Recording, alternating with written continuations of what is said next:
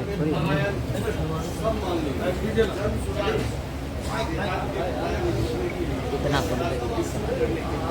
क्या हो गया भाई? बिल्कुल ठीक बात है। बिहार विकसित नहीं है, ये सही स्टेटमेंट सर थोड़ा इधर सर कर लीजिए ना। बिहार देश का सबसे गरीब 28वें नंबर का राज्य है। विकसित होना तो बहुत बड़ी बात होती है। आपने कहा कि बिहार में पलायन रोकने के लिए जन सुराज की क्या सोच है? ये बिल्कुल ठीक सवाल है। बिहार में हम लोग की सोच ये है कि रोजगार और पलायन के लिए दो चीजों का होना सबसे ज्यादा जरूरी है।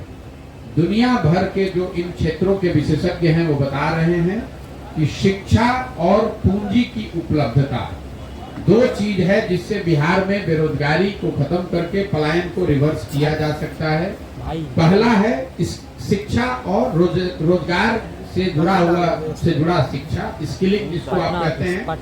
लेकिन उससे भी बड़ी बात है पूंजी की उपलब्धता। बिहार में जो गरीबी या पलायन आपको दिखता है उसकी एक बड़ी वजह है यहाँ पूंजी की अनुपलब्धता। और मैं इसको आपको समझाना चाहता हूँ क्योंकि कोई यहाँ बिहार में इसकी चर्चा करता नहीं है। पूंजी समाज में आता कहाँ से है? जो पैसा आप कमाते हैं, कमाकर पैसा जो आप बचाते हैं खर्च के बाद, वही आपके लिए पूंजी होता है। पूंजी का एक स्रोत है आपकी अपनी बचत और दूसरा स्रोत है बैंकों से मिलने वाला कर्ज। अगर आप कोई काम करना चाहते हैं, घर बनाना चाहते हैं, तो जो आपने पैसा कमाया उससे जो बचाया, मान लीजिए आपके पास 1 लाख रुपए है और आप 5 लाख 10 लाख रुपया बैंक से लोन लेते हैं ताकि घर बना सकें, घर खरीद सकें। बिहार में प्रति व्यक्ति आय चूंकि इतना कम है, आप 35,000 रुपया साल में कमाते हैं तो स्वाभाविक तौर पर बचाने की संभावना बहुत कुछ है नहीं, इतनी महंगाई है। तो दूसरा स्रोत है जो कुछ लोग पैसा बचा भी रहे हैं, तो दूसरा बैंकों का जो क्रेडिट है। बैंकों के ऊपर एक ये वैधानिक जिम्मेवारी है कि जो पैसा बैंक में जमा होता है 70% वो पैसा उनको समाज को ऋण के तौर पर देना है वापस, चाहे वो घर बनाने के लिए हो, गाड़ी खरीदने के लिए हो, बिजनेस व्यापार करने के लिए हो। इसको मापने के लिए रिजर्व बैंक ऑफ इंडिया एक आंकड़ा जारी करता है जिसको हम लोग कहते हैं क्रेडिट डिपॉजिट रेशियो। कितना पैसा बैंकों में जमा हुआ और बैंकों ने उसके एवज में कितना पैसा ऋण के तौर पर समाज को वापस किया। बिहार में पिछले वर्ष क्रेडिट डिपॉजिट रेशियो था 40%। मतलब अगर 100 रुपया बैंक में जमा हुआ तो बैंकों ने 40 रुपया ऋण के तौर पर बिहार के लोगों को अलग अलग काम के लिए दिया। स्टैट्यूटरी वैधानिक लिमिट है 70%। इसका असर क्या हुआ? पिछले वर्ष बिहार की गरीब जनता ने 4,21,000 करोड़ रुपया यहाँ के विभिन्न बैंकों में जमा किया। अगर 70% बैंकों ने कर्ज दिया होता तो 2,80,000 करोड़ रुपए के आसपास बिहार के लोगों को मिलता, अलग अलग स्वरोजगार के लिए, काम के लिए, घर के लिए, गाड़ी के लिए। मिला कितना? 1,61,000 रुपया, 1,61,000 करोड़ रुपया। ये पैसा बाकी का कहाँ गया? बाकी का पैसा बैंकों ने उन राज्यों में ट्रांसफर कर दिया जहां पर विकास हो रहा है, जिसको आप विकसित राज्य कह रहे हैं। आंध्र प्रदेश, तेलंगाना, महाराष्ट्र, गुजरात, केरल और तमिलनाडु, इन राज्यों में सीडी रेशियो है 90 से ज्यादा। मतलब अगर आंध्र प्रदेश में लोगों ने बैंकों में 100 रुपया जमा किया तो बैंकों ने वहां 95 रुपए 100 रुपया कर्ज दिया। उनको देना था 70, तो 30 रुपया कहां से आया? वो 30 रुपया बिहार के लोगों का चला गया आंध्र प्रदेश में। अब इसका कितना बड़ा सामाजिक और आर्थिक असर है इसको आप समझिए। 1990 में जब लालू जी मुख्यमंत्री बने तो बिहार में सीडी रेशियो था 40%। आरबीआई का आंकड़ा है, जाके वेबसाइट पे देख लीजिएगा। 15 साल लालू जी का जो जंगल राज चला तो सीडी रेशियो घटते घटते हो गया 28.5%। मतलब बैंक सिर्फ 28 रुपया ही कर्ज दे रहे थे। नीतीश कुमार के सुशासन में, उनके शब्दों में 28 से बढ़कर वो फिर हुआ 40%। पिछले 32 वर्षों में बिहार के बैंकों ने, और इसको हेडलाइन बनाइए क्योंकि कोई बिहार में इसकी चर्चा नहीं कर रहा है, 26 लाख करोड़ रुपया बैंकों ने अब बैंकों से यहाँ बिहार के लोगों का पैसा जाकर दूसरे राज्य में कर्ज दे दिया। आप जरा अंदाजा लगाइए, 26 लाख करोड़ रुपया अगर बिहार के लोगों को मिला होता तो कितने लोगों ने अपना घर बनाया होता, कितने ज्यादा लोगों ने मोटरसाइकिल स्कूटर गाड़ी खरीदी होती, कितने लोगों ने स्वरोजगार के काम किए होते। मान लीजिए कि आपको बाल काटने आता है, अगर आपके पास बैंक से 1 लाख रुपया मिल जाए, आपके पास 10,000 रुपया है, बैंक से कर्ज मिल जाए, तो आप सैलून चलाएंगे, 4 लोगों को रोजगार देंगे। लेकिन अगर वो बैंक से 90,000 रुपया न मिले तो आप 10,000 रुपया रहते हुए बॉम्बे में, दिल्ली में जाकर सैलून में मजदूर बनकर काम करेंगे। तो जब तक बिहार में पूंजी की उपलब्धता नहीं कराई जाएगी तब तक इस चीज को सुधारा नहीं जा सकता है। और इस पर कोई चर्चा नहीं, ऐसा नहीं है कि ये बैंकों की मनमर्जी है, उन पर ये संवैधानिक जिम्मेवारी है। आपकी जानकारी के लिए ये भी बता रहा हूँ कि ये जो कमिटी है वो मुख्यमंत्री उसके चेयरमैन हैं, जिनकी ये जिम्मेवारी है कि हर महीने बैंकों के साथ बैठक करके ये बताया जाए कि जो पैसा बिहार के लोग बैंक में जमा कर रहे हैं वो पैसा आप बिहार में कर्ज के तौर पर दीजिए, चाहे घर बनाने के लिए दीजिए। अगर घर बनेगा तब तो लोगों को यहाँ मजदूरी मिलेगी। लेकिन जैसे अधिकारी मुख्यमंत्री की बात नहीं सुन रहा है, डॉक्टर नहीं सुन रहा है, शिक्षक नहीं सुन रहा है, वैसे बैंक वाला भी नहीं सुन रहा है। तो जन सुराज की ये सोच है कि बिहार में क्रेडिट डिपॉजिट रेशियो को 70 कम से कम अगले 6 महीने में किया जाए। और इस चीज को बिल्कुल किया जा सकता है। 6 से 9 महीने के अंदर बिहार में क्रेडिट डिपॉजिट रेशियो को आप 90% 70% कीजिए, आपको हर जगह इन्वेस्टमेंट होता दिखेगा। आप सोच रहे हैं कि कोई बाहर से व्यापारी आए 10,000 करोड़ रुपया का चीनी मिल चलाए, 10,000 करोड़ रुपया, उसके मुकाबले 2,80,000 करोड़ रुपया जो हम लोगों का है, भैया वो पैसा तो बिहार में लगना चाहिए। आप पत्रकार हैं, आज तक किसी बिहार के राजनेता को आपने इसकी बात करते हुए सुना किसी, भैया क्रेडिट डिपॉजिट रेशियो भी कोई चीज होता है? उसको पता ही नहीं। हम और आप पलायन की बात कर रहे हैं। यहाँ सिर्फ लोगों का पलायन नहीं है, पढ़े लिखे लोगों का बुद्धि का पलायन नहीं है, सबसे बड़ा बिहार में पलायन है पूंजी का पलायन। लोग यहाँ से पैसा बैंक जमा करा रहा है और जाके आंध्र प्रदेश तमिलनाडु में बिजनेस वाले को लोन दे रहा है, और हम ही लोग के बच्चे उसी फैक्ट्री में जाकर मजदूरी भी कर रहे हैं। आजादी से पहले अंग्रेज क्या करते थे? खेती नील की यहाँ होगी, कपास की, और वो फैक्ट्री लगेगा इंग्लैंड में, और वहां पर भारत के लोग जाकर मजदूरी करेंगे, और जो कपड़ा बनेगा वो आकर यहीं पर बेचा जाएगा। वही चीज तो बिहार में हो रहा है। महाराष्ट्र में मोटरसाइकिल बनाने की फैक्ट्री है, तो वो पैसा में भी बिहार के लोगों का योगदान है, जो कर्ज वहां पर उद्योगपति को मिल रहा है, और उसके फैक्ट्री में मजदूर भी बिहार का है। जब मोटरसाइकिल बन जा रहा है तो उसको लाकर आप बेच रहे हैं बिहार में, और इस पर कोई चर्चा ही नहीं हो रही है। तो पूंजी और दिमाग, लोग और दिमाग के साथ साथ पूंजी का पलायन बिहार के गरीबी और बदहाली का बड़ा कारण है। और ये समाजवाद के नाम पर राजनीति करने वाले लोग, ना उनको इसकी समझ है, ना इस दिशा में कोई प्रयास है। आप बताइए, 17-18 साल नीतीश जी का राज और 15 साल लालू जी, 32 साल में अगर आपने कोई बैठक कभी आपने रिपोर्ट किया हो जहां सरकार ने ये बैठक की हो कि सीडी रेशियो को बिहार में कैसे सुधारा जाए? बिहार सरकार का 32 साल में 26 लाख करोड़ का बजट नहीं है, और 26 लाख करोड़ हम लोग का पैसा चला गया दूसरे राज्य में, हम लोग को उसकी खबर भी नहीं है, कोई चर्चा भी नहीं कर रहा है। तो आप गरीब और बेरोजगार नहीं बनेंगे तो कौन बनेगा? 3 सवाल है, एक आपकी पार्टी का, एक कृषि से संबंधित और एक कलाकारों का। वाला ये है कि जैसे अभी आप यात्रा पे निकले हैं जी, आवाज आ रही, निकले हैं, लोग से जुड़े हैं, और अगर लोग जुड़ेंगे तो हो सकता है आप किसी पार्टी के लिए सरकार भी बनाए, अपनी पार्टी या जो नाम नहीं नाम हो सकता है कि बात नहीं है। पहले इस बात को क्लैरिटी कर लीजिए। जन सुराज अभियान की मैंने घोषणा पटना में प्रेस वार्ता के जरिए 5 मई 2022 को किया। उस दिन मैंने कहा है कि पार्टी बनना ही है, इसमें कोई इफ बट किंतु परंतु नहीं है कि बनेगा कि नहीं बनेगा या बन सकता है। फर्क सिर्फ इतना है कि पार्टी प्रशांत किशोर नहीं बनाएंगे, पार्टी कोई व्यक्ति, कोई जाति, कोई परिवार नहीं बनाएगा। बिहार का हर वो आदमी जो चाहता है कि यहाँ एक नया विकल्प बने, जो यहाँ के दलों से त्रस्त है, नेताओं से त्रस्त है, उन लोगों को इकट्ठा करके उन लोगों को मदद की जाएगी ताकि वो दल बनाए। मैंने जो आपको आंकड़ा दिया, 50% से ज्यादा लोग चाहते हैं कि बिहार में नया दल बने, नया विकल्प बने, नया प्रयास किया जाए।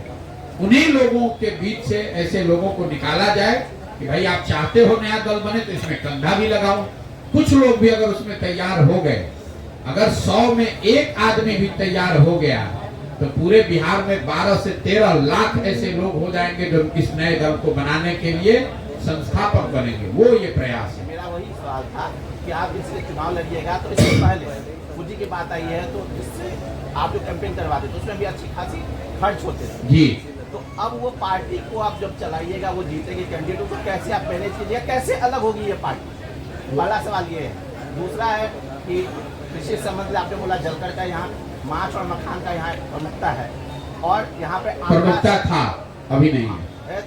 माछ तो आपके आंध्र प्रदेश का आके मछली बिक रहा है, और माछ का माछ आ रहा है, मखाना आ रहा है पूर्णिया से, आएगा ही। तो ये इसको आप कैसे बदलिएगा? तीसरा है जहाँ हम लोग बैठे हैं, ये देश का शायद एकमात्र ऐसा जगह है जहाँ 3 पद्मश्री हैं। पहले गाँव था, वार्ड नंबर 1 में मिले हैं, 2 से तो हम खुद मिले हैं, राठी भी है। तो ये कलाकारों के लिए यहाँ बिहार में 2 सेंटर है, एक पटना और एक मधुबनी। तो 50,000 से अधिक कलाकार यहाँ पे हैं जो जुड़े हुए हैं, उनके लिए क्या होगा? देखिए, आपने पहला सवाल पूछा कि अगर ये जब भी बनेगा तो उसमें भी पैसा कहाँ से आएगा। मैंने अलग कैसे वो पैसा कहाँ से आएगा, वही तो बात कह रहे हैं। तो मैंने पहले इस सवाल का जवाब हर जगह दिया है। ये जो पूरा अभियान चल रहा है, बिहार में कोई आदमी ये नहीं कह सकता है कि हमने उससे पैसा लिया है या कोई भ्रष्टाचार किया है या किसी से मदद ली है। इस पूरे अभियान को चलाने के लिए हमने जो 10 वर्ष काम किया, जिन लोगों को हमने मदद की, जो लोग आज बड़े बड़े राज्यों में जीत कर बैठे हुए हैं, जो लोग उन सरकारों की मदद करते हैं, उनको ये बताया जा रहा है कि भाई देश का सबसे गरीब और पिछड़ा राज्य बिहार, वहां पर एक आर्थिक, सामाजिक, राजनीतिक प्रयास किया जा रहा है, आप उसमें मदद कीजिए। तो मदद उन राज्यों के लोग कर रहे हैं जो लोग हमारे काम को जानते हैं, जिन राज्यों में हमने काम किया है वो लोग मदद कर रहे हैं। चेक से, कैश से नहीं, चेक में पैसा दे रहे हैं। जो हमने जो काम 10 वर्ष किया, जो हमने अपनी विश्वसनीयता बनाई है, उसके आधार पर वो लोग मदद कर रहे हैं। दूसरा, ये आगे कैसे चलाया जाएगा, जो इसकी भी मैंने घोषणा की है। जब ये दल बनेगा तो मैं क्राउड फंडिंग की देश की सबसे बड़ी व्यवस्था खड़ी कर रहा हूं। जैसे 2014-15 में आपको सोशल मीडिया और फेसबुक का, आपको मतलब ज्यादातर लोगों को राजनीतिक जीवन में ज्ञान नहीं था, वैसे ही आज आपको हमको ये समझ नहीं है कि क्राउड फंडिंग के जरिए कैसे एक ट्रांसपेरेंट तरीके से पैसा जुटाया जा सकता है। मैं आपको उदाहरण दे रहा हूं। मेरा लक्ष्य है कि जब ये दल बने तो 2 करोड़ बिहार के लोगों को वो सुविधा दी जाए ताकि वो 100-100 रुपया इसमें योगदान कर सके। अगर 2 करोड़ आदमी 100-100 रुपया योगदान करेगा तो 200 करोड़ रुपया हो जाएगा, और वो चुनाव लड़ने के लिए काफी पैसा है। तो आप ये बताइए कि 13 करोड़ बिहार के लोगों में 2 करोड़ लोग ऐसे हैं कि नहीं कि 100 रुपया वो दे सकते हैं, लेकिन वो देने की व्यवस्था नहीं बनी हुई है। वो व्यवस्था मैं दुनिया भर के एक्सपर्ट्स को लगाकर बनवा रहा हूं, ताकि आप अपने मोबाइल के जरिए 100 रुपया जन सुराज को जब देने की आपकी इच्छा हो तो आप भेज सकें। उसका ट्रायल रन भी हम लोग कई बार अभी कर चुके हैं। दिक्कत उसमें यह है कि उसमें आरबीआई है और कई तरह की संस्थाएं हैं जिनका हस्तक्षेप होता है उसमें, उन सब से परमिशन वगैरह लेने की बात भी है। और सरकार भी ये चाहती है कि इस तरह का कोई प्रयास सफल न हो, ताकि आर्थिक तौर पर कोई लोकतांत्रिक व्यवस्था में जो आर्थिक पहलू है उस पर उनकी पकड़ बनी रहे। तो परमिशन वगैरह देने में केंद्र सरकार कई तरह की दिक्कत खड़ा करते हैं वो लोग, लेकिन वो प्रयास किया जा रहा है। जब जन सुराज दल बनेगा तो उसके साथ साथ क्राउड फंडिंग का वो प्लेटफॉर्म भी बिहार की जनता के पास रहेगा, जहां आप 100 रुपया 200 रुपया दें और इसको सुधारें। तीसरी बात आपने पूछी कि मखान और मांस की बात, तो मैंने आपको जो करेक्ट किया कि ये मखान और मांस कभी होता था, आज नहीं है। मधुबनी में हम आए तो लोग कहते हैं ये विद्वानों की नगरी है। विद्वानों की नगरी कभी थी, आज ये मजदूरों की नगरी है। जब मैं मधुबनी आया तो मेरा एक दोस्त है अमेरिका में, उसने एक वीडियो भेजा, बड़ा अच्छा, मैं साझा करना चाहता हूँ। वॉलमार्ट, वहाँ जो सबसे बड़ा रिटेल चेन है, वहाँ वो गया मखाना खरीदने और उसका वीडियो बनाकर भेजा। उसकी कीमत 8,000 रुपए प्रति केजी है, 8,000 रुपए प्रति किलो। यहाँ पर अभी मखाने का दाम बढ़ा हुआ है, लोग बता रहे हैं, तो 600 रुपए में किसान बेच रहा है। मैं ये नहीं कह रहा हूँ कि किसान को 8,000 रुपए मखाना का मिल सकता है, लेकिन जैसे अमूल है, तो जो पैसा रिटेल का होता है उसका करीब करीब 65% दूध पैदा करने वालों को मिलता है। तो अगर मखाना में 65 नहीं 50% भी 30% भी मिले तो भी मखाने की कीमत यहाँ किसानों को कितना मिलना चाहिए? 3,000 से 4,000 रुपए। वो क्यों नहीं मिल रहा है? क्योंकि यहाँ से इसको बेचने का कोई तरीका ही नहीं है लोगों के पास। ये फूड प्रोडक्ट है और फूड प्रोडक्ट अब जब बाहर भेजते हैं तो उसमें जो टेक्निकल स्पेसिफिकेशन है, जो उसमें परमिशंस की जरूरत होती है, उसमें जब तक सरकार नहीं हस्तक्षेप करे, सरकार आपकी मदद न करे, तब तक आप मखाना लेकर अमेरिका बेचने जाइएगा तो हो नहीं सकता है। सरकार के तो कान पर कुछ जू रेंगना है नहीं। यहाँ पर तो लोगों को जात के नाम पर, धर्म के नाम पर, नौकरी का झांसा देकर लोगों को वोट लेना है। भैया 400 रुपया पेंशन लेते रहो, 4 किलो अनाज खाओ, खिचड़ी खाओ, पर वोट देते रहो। तो इनको मखाने से क्या मतलब है? आपने मास्क की बात कही। जिस मधुबनी में बिहार में सबसे ज्यादा जलकर है, मैंने आपको आंकड़ा दिया, 31,000 एकड़ जमीन यहाँ जलकर है। वहां पर आधे से ज्यादा मछली आंध्र प्रदेश की बिक रही है। तो इसके लिए सरकार को आप जाके पूछे तो कहेगा हाँ भैया आंध्र प्रदेश से आके बिकता है, उसको कोई असर ही नहीं है। तो जब तक आप कहते कैसे सुधरेगा? सुधरने के लिए सबसे पहले जरूरी है आपको ज्ञान तो हो उस बात का। कल मुझे किसी ने सवाल पूछा, भैया वेंचर कैपिटल बिहार में क्यों नहीं है? मैंने उसको जवाब दिया कि क्यों नहीं है, लेकिन साथ में ये भी कहा कि भाई पूरे कैबिनेट को बिहार को बैठाओ और ये पूछो कि वेंचर कैपिटल होता क्या है। जब बिहार के पूरे कैबिनेट के सदस्यों को पता ही नहीं है कि वेंचर कैपिटल होता क्या है, सीडी रेशियो होता क्या है, सेमीकंडक्टर होता क्या है, तो आप कैसे आशा रखते हैं कि वो वेंचर कैपिटल के दिशा में, उसको लाने की दिशा में यहाँ कुछ काम करेंगे? तो हमारी आपकी परेशानी ये है कि बिहार में नेता कौन है? जो जितना बड़ा मूर्ख है वो उतना बड़ा नेता है। जो गंजी शर्ट के ऊपर गंजी पहने उसको बिहार के पत्रकार लोग कहते हैं यही बहुत जमीनी नेता है। जिसको भाषा का, विषय का ज्ञान नहीं है उसको आप लोग कहते हैं यही बिहार में का मजबूत नेता है। बिहार में कोई पढ़ा लिखा आदमी अगर आता है तो आप लोग भी उसका मजाक उड़ाते हैं कि बिहार में नहीं चलेंगे। अरे तो पढ़े लिखे अंग्रेजी में बोल रहे हैं, क्या बिहार में चलेंगे? आप जरा आयरनी देखिए, अपने आप को आप ज्ञान की भूमि बता रहे हैं मधुबनी में, और मधुबनी में कोई पढ़ा लिखा आदमी राजनीति में है तो उसका हंसी भी उड़ा रहे हैं। कोई भैंस पर घूमने वाला आकर नेता बन जाता, आप कहता है यही जमीन का नेता है, यही कल्याण करेगा। तो अगर आप मूर्खों को अपना राज दे देंगे तो यही होगा। मांस मखान की बात क्यों कर रहे हैं? मधुबनी पेंटिंग की बात क्या क्यों कर रहे हैं? आप ये बताइए, पिछले 10 वर्ष 15 वर्ष में नीतीश कुमार ने यहाँ की इन तीनों चीज के लिए क्या काम किया? कुछ नहीं किया। लेकिन यहाँ पर जीता कौन है? वही एनडीए के लोग जीते हुए हैं, वही नीतीश कुमार के आदमी जीते हुए हैं एमपी। तो जब आप चर्चा कर रहे हैं, मखाना अगर नहीं बिक रहा है तो नुकसान आपका हो रहा है, लेकिन वोट जाकर फिर उसी सरकार को जात के नाम पर दीजिएगा नेता को, तो सुधरेगा कैसे?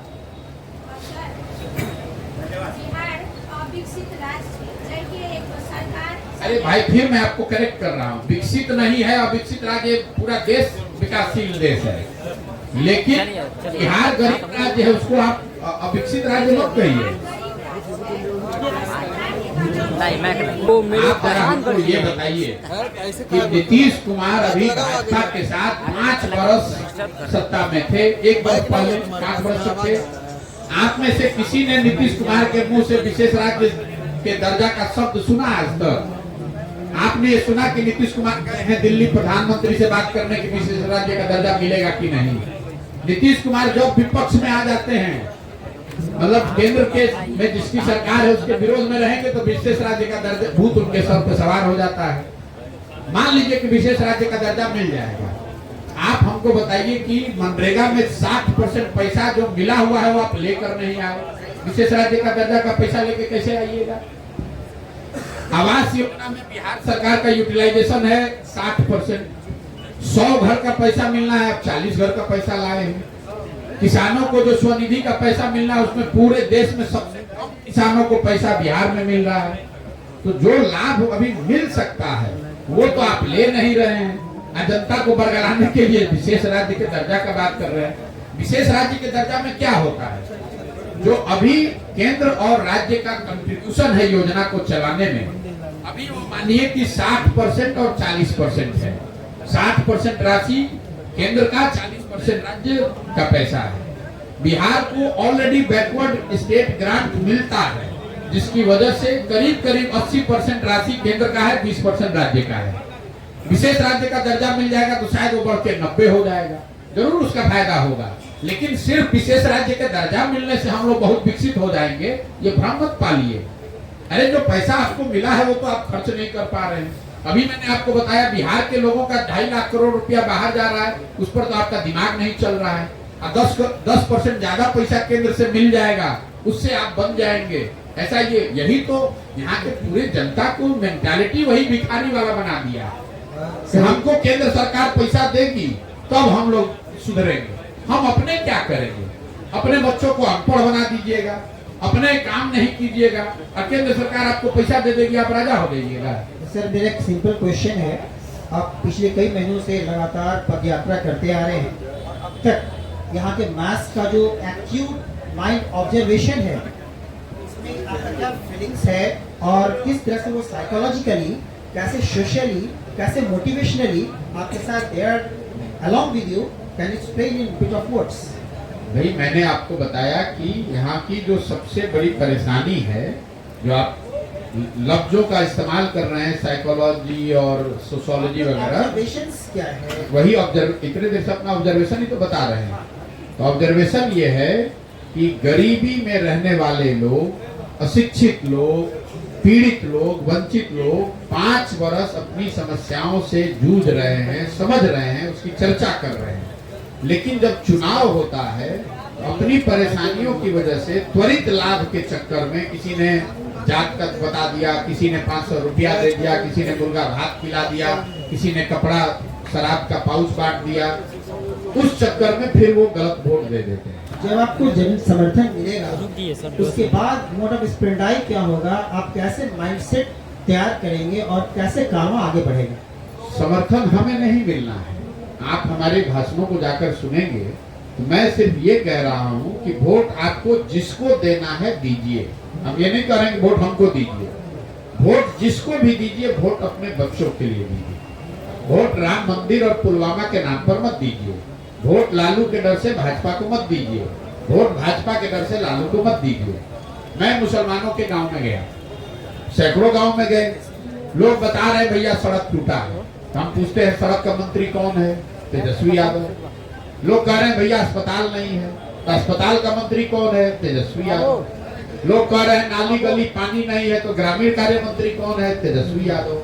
फिर मैं उसी गांव में पूछता हूं कि आप मुसलमान हैं, क्या कल वोट होगा तो आप तेजस्वी यादव को छोड़कर किसी को वोट दोगे? नहीं दोगे। तो जब नहीं दोगे तो फिर क्यों शिकायत कर रहे हो? फिर इसी में जिंदा रहो।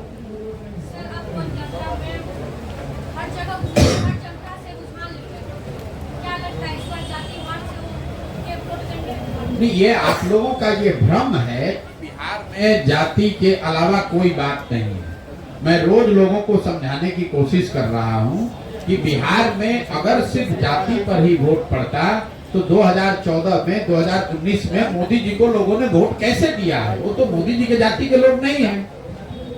2020 में नीतीश कुमार और एनडीए को क्यों नहीं 200 सीट आ गया अगर सिर्फ जाति पर ही वोट पड़ता तो? यही नीतीश कुमार और भाजपा जब 2010 में उनको 206 सीटों पर सफलता मिली थी। वही एनडीए भाजपा और नीतीश कुमार जब 2020 में लड़े तो उनको 120 सीट आने में मुश्किल होगी। तो अगर जाति समूह आंख बंद करके सिर्फ जाति के नाम पर वोट देता तो इन सीटों में इतना फर्क कैसे हो सकता है?